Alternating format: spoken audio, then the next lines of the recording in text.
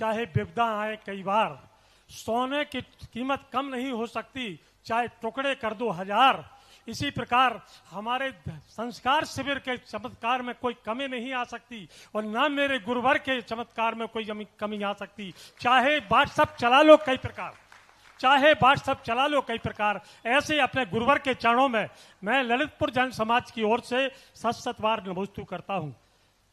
महाराज श्री, हमारी आज की जिज्ञासा केवल इतनी है कि भगवान आदिनाथ के चालीसा में, भगवान महावीर के चालीसामा में तथा अन्य कई प्रकार की पूजाओं में भी आया है, जिनके नहीं संतान वह वंश जग में करें, वह वंश जग में करें नाम। ऐसा इस लाइन का अर्थ हम लोग क्या समझें, हम श्रावक क्या समझें, कृपया बताने की। वकील साहब, विरासत नहीं लिखती है किस्मतों के फैसले,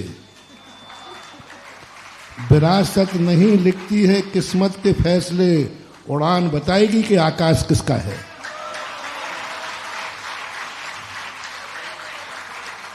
विरासत नहीं लिखती है किस्मत के फैसले। विरासत में जो हमें मिल गया है तो समझ लेना हमारी किस्मत फैसले लिख लेगी। उड़ान बताएगी कि आकाश किसका है।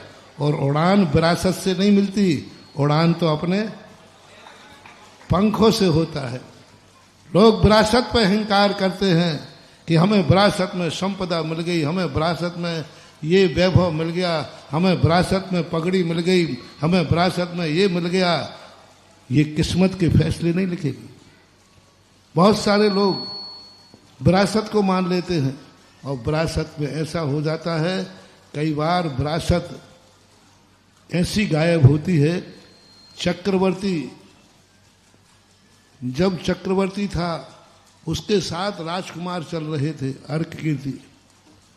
सारे राजा महाराजा चक्रवर्ती के साथ राजकुमार को भी धो नमस्कार कर रहे थे, जय हो राजकुमार की जय हो, क्योंकि चक्रवर्ती का बेटा था।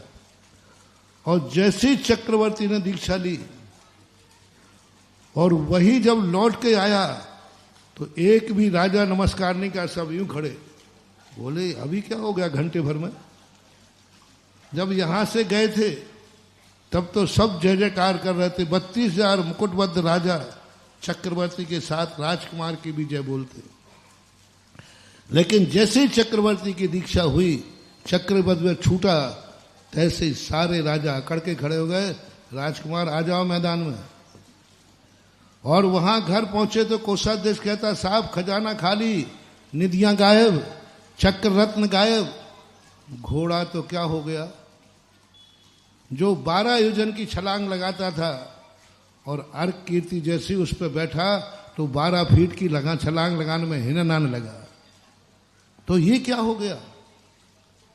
विरासत नहीं लिखती है किस्मत का फैसला, उड़ानें बताएंगी आसमान किसका। बस ये है जिंदगी का सबसे बड़ा रहस्य। इसलिए ये जो परिस्थितियां बनती हैं, पूजाएं लिखें चाहे कुछ भी लिखें, ये सब हमारे पुरुषार्थ, हमारी उड़ान के ऊपर आधारित होता है। पूजा भी एक उड़ान है। भक्ति में दम होना चाहिए। भगवान की दम विरासत है, भगवान की दम विरासत है जो किस्मत नहीं लिखेगी। और भक्ति की दम उड़ान है जिससे फैसले लिखे जाते हैं। भक्ति उड़ान है, भगवान किस्मत है। भगवान में जो ताकत है, उस ताकत के भरोसे यदि हम बैठे हैं तो हम विरासत के भरोसे बैठे। गुरु के भरोसे हम बैठे हैं कि गुरु की शक्ति हमारे पास मिले, गुरु की शक्ति मुझे मिल जाए, गुरु की शक्ति मेरे पास है, ये विरासत है। और उस गुरु की शक्ति के विरासत के बारे में बैठेंगे तो किस्मत के फैसले नहीं होंगे। और गुरु के प्रति जो हमारी भक्ति है, श्रद्धा है, ये हमारी उड़ान है जो फैसला लिखेगी। गुरु नहीं, गुरु पर विश्वास मत करना, गुरु के प्रति जो तुम्हारा समर्पण है, जो तुम्हारी श्रद्धा है, वो है तुम्हारी संपत्ति। भगवान पर विश्वास नहीं, अपनी भक्ति पर विश्वास, हमारे नमोस्तु पर विश्वास है। पूरा भक्तांबर यही भरा पड़ा है। पूरे भक्तांबर में बार बार यही कह रहा मानतंगाचार्य, भगवान मुझे विश्वास है कि मैं सफल हो जाऊंगा, क्योंकि मैंने हमारे काव्य में आपका नाम लिख दिया है। यही हमारी उड़ान है। तो नाम कीर्तन जलम समयत शेषम। मैं कीर्तन, नाम नहीं कर रहा है काम, नाम काम नहीं कर रहा, नाम का कीर्तन।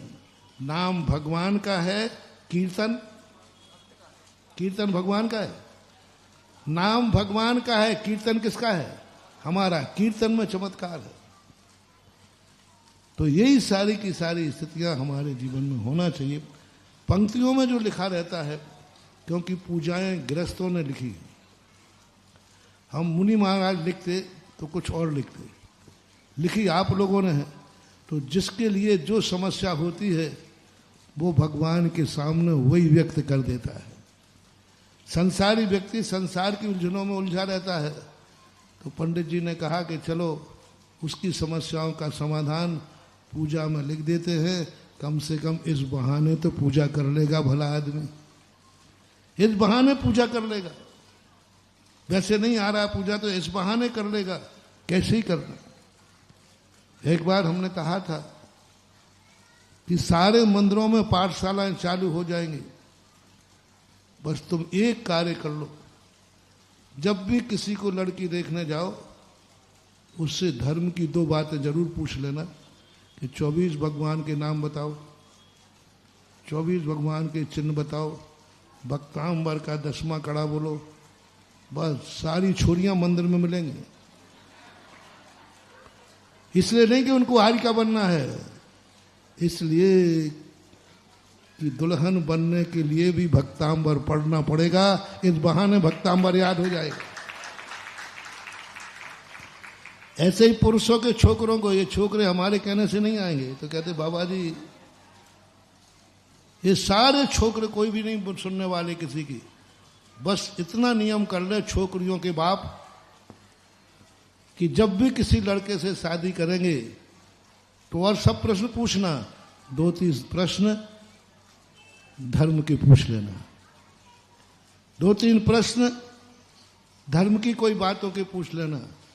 कोई जाके पूछ ले कि भाई मेरी बेटी से हम शादी करना चाहते, कुंवर साहब जो बनने वाले हैं, दर्शन विधि बताओ,